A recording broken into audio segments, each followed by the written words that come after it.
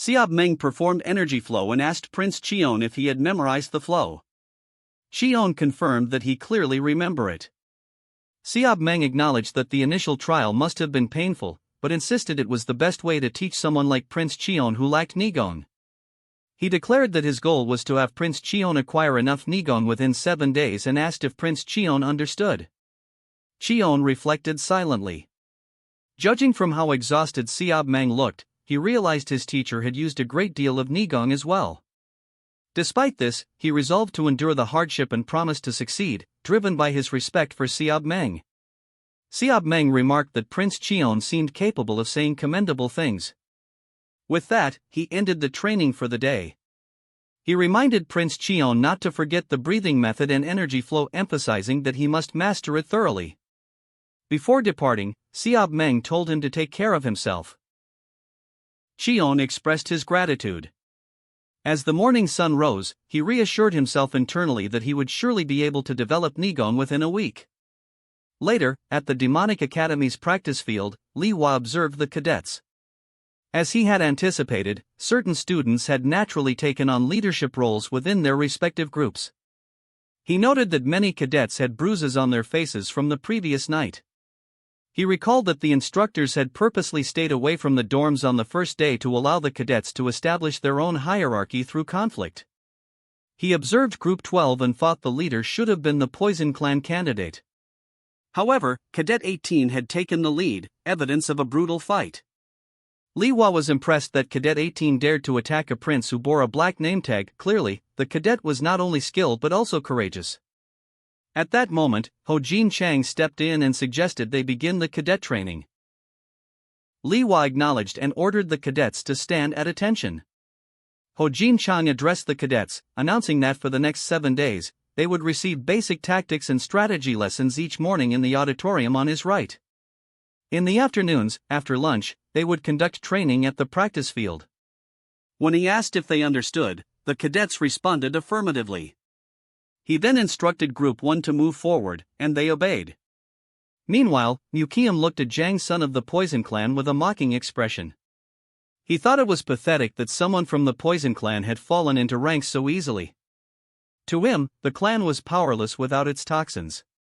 He noted that Jang Sun had demeaned himself below even the lower clans. His ridicule angered the cadet. After that, Jang Sun cast a glance at Beek Gi, suspecting that he was from one of the top clans. He felt insulted by Beek's attempts at leadership and believed that Beek was treating their group activities like a childish game. With growing irritation, Jang Sun resolved to make Beek regret being in the same group as him. At the Demonic Academy dorms, Group 8 instructor Im Pyung arrived and called for Cadet 3, Mukiam. Mukiam bowed and asked if he had been summoned. Im Pyung praised his performance during formation training, to which Mukiam humbly responded with appreciation. Im Pyung then informed him that Cadet 7 would remain in the infirmary for 2 weeks. Mukiam is shocked and asks, did he just say 2 weeks? Im Pyung confirmed it, stating that the doctor had said so. Even though Cadet 7 had memorized the theory, applying it in practice would be a problem. Im Pyung expressed concern about whether someone without Nigong like Cadet 7 could keep up. Still, he added that he would visit the cadet again later. For now, the group had free time, and he encouraged them to make the best use of it, whether for training or review. The cadets bowed and acknowledged his instruction. Later, Mukiam, clearly frustrated, kicks the door. When the cadet tried to say something, he snapped at him to be quiet, saying that provoking his temper would only make things worse. He questioned how someone could be in the infirmary for 2 whole weeks. Cadet 80, Jahyun, a member of the loyal clan, pointed out that if the doctor said it, it must be true. But Mukiam was unconvinced, claiming the person was clearly faking the injury.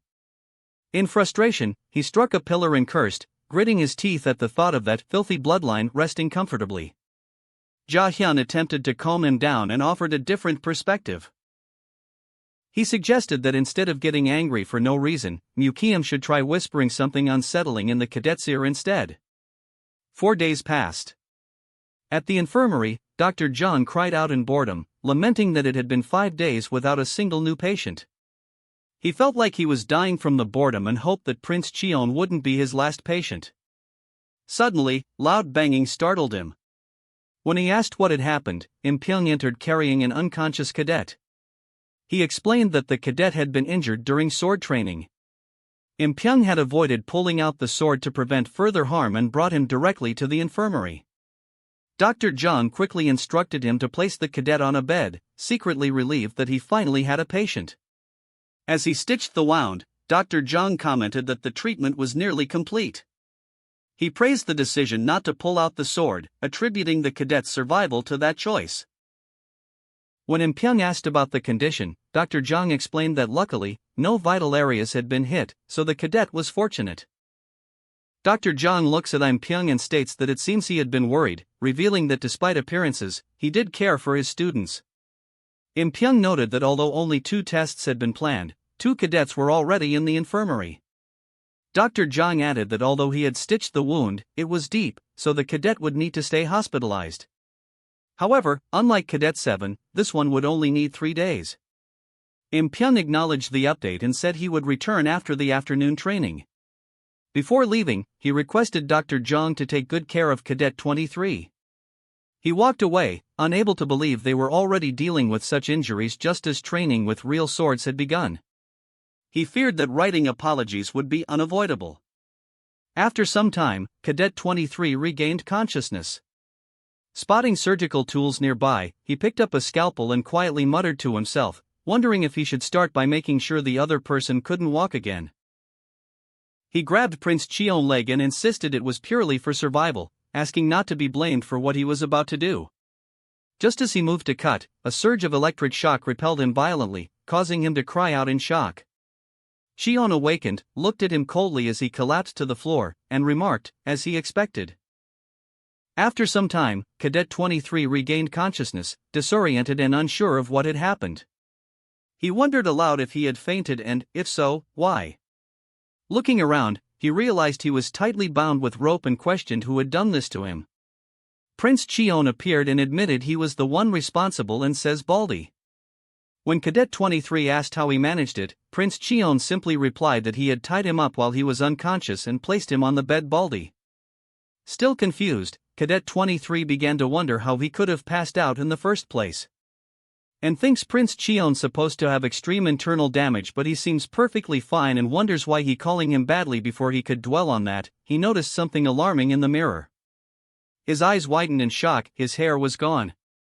Horrified, he exclaimed that he was bald and reached up to touch his head, but he couldn't feel the familiar texture of his hair. In disbelief, he screamed, struggling to accept what had happened. Without warning, Cheon slapped him and ordered him to shut up. The blow knocked him down again, making him question if he had blacked out once more. After a while, he came to and saw Prince Cheon sitting nearby. Prince Cheon questions him as he calmed down. Now Cadet 23 tried to speak, but Prince Cheon asks him what he is trying to say with a gag in his mouth. Internally, he reflected on his initial impression of Prince Cheon at the entrance ceremony. He had thought he was just a naive fool. But now, faced with his ruthless behavior, he couldn't believe this was the same person. He began to wonder who Prince Cheon really is. Prince Cheon then revealed a knife, holding it up as he asked if Cadet 23 understood now. He explained that there had been numerous assassination attempts against him, people like Cadet 23 who had tried to poison him.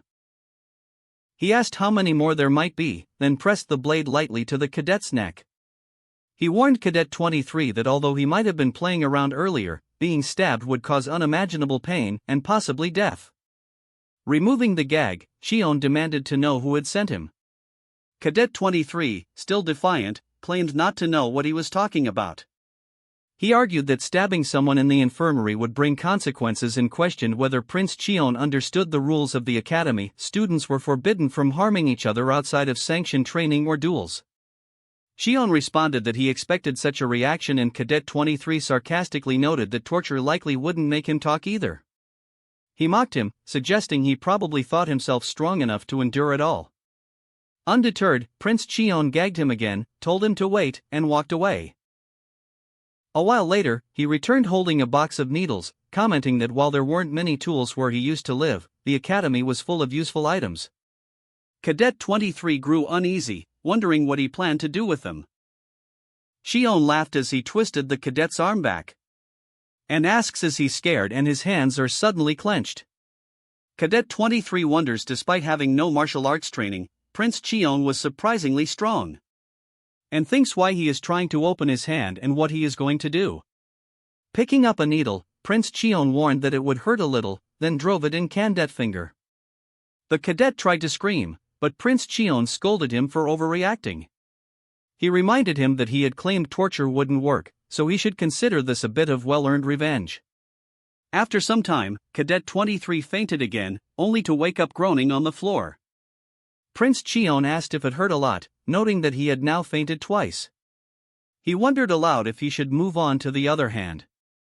At that, Cadet 23 desperately shook his head. Cheon asked if he was ready to talk and removed the gag, remarking that this could have been avoided if he had just spoken earlier. Internally, Cadet 23 conceded that Prince Cheon was insane. Anyone else would have gone mad or died from that kind of torture. He had no choice but to confess. Prince Cheon asked directly if it had been Mukium who sent him. Shocked, Cadet 23 asked how he knew, but Cheon only said he was curious how he knew. Eventually, the cadet admitted that it was indeed Mukium. Prince Cheon thanked him, sarcastically acknowledging the great Mukium. He explained that their instructor visited daily to teach him and that he knew all about his group and its members. While he had already suspected the truth, he had wanted to hear it directly. He identified Cadet 23 as Hyobong. Shocked, Hyobong reflected on how people had dismissed Prince Cheon as nothing. Now, he saw that Prince Cheon had been hiding his strength. He wondered how powerful he could become once fully trained. Satisfied, Prince Cheon acknowledged that the interrogation had yielded valuable information, but it was time for rest. He suggested they stop for now. Hyobong, still trembling, asked if he was serious. Cheon referred back to the earlier incident. Hyobong assured him that he wouldn't tell anyone about it. Desperate, Hyobong banged his head on the floor and begged him to take his anger out however he pleased. Prince Cheon calmly stepped forward, placed 2 fingers on Hyobong's forehead, and twisted. In that moment, Hyobong realized something shocking. He thought Prince Cheon had no Nigong. As he blacked out, he thinks Prince Cheon had deceived them all.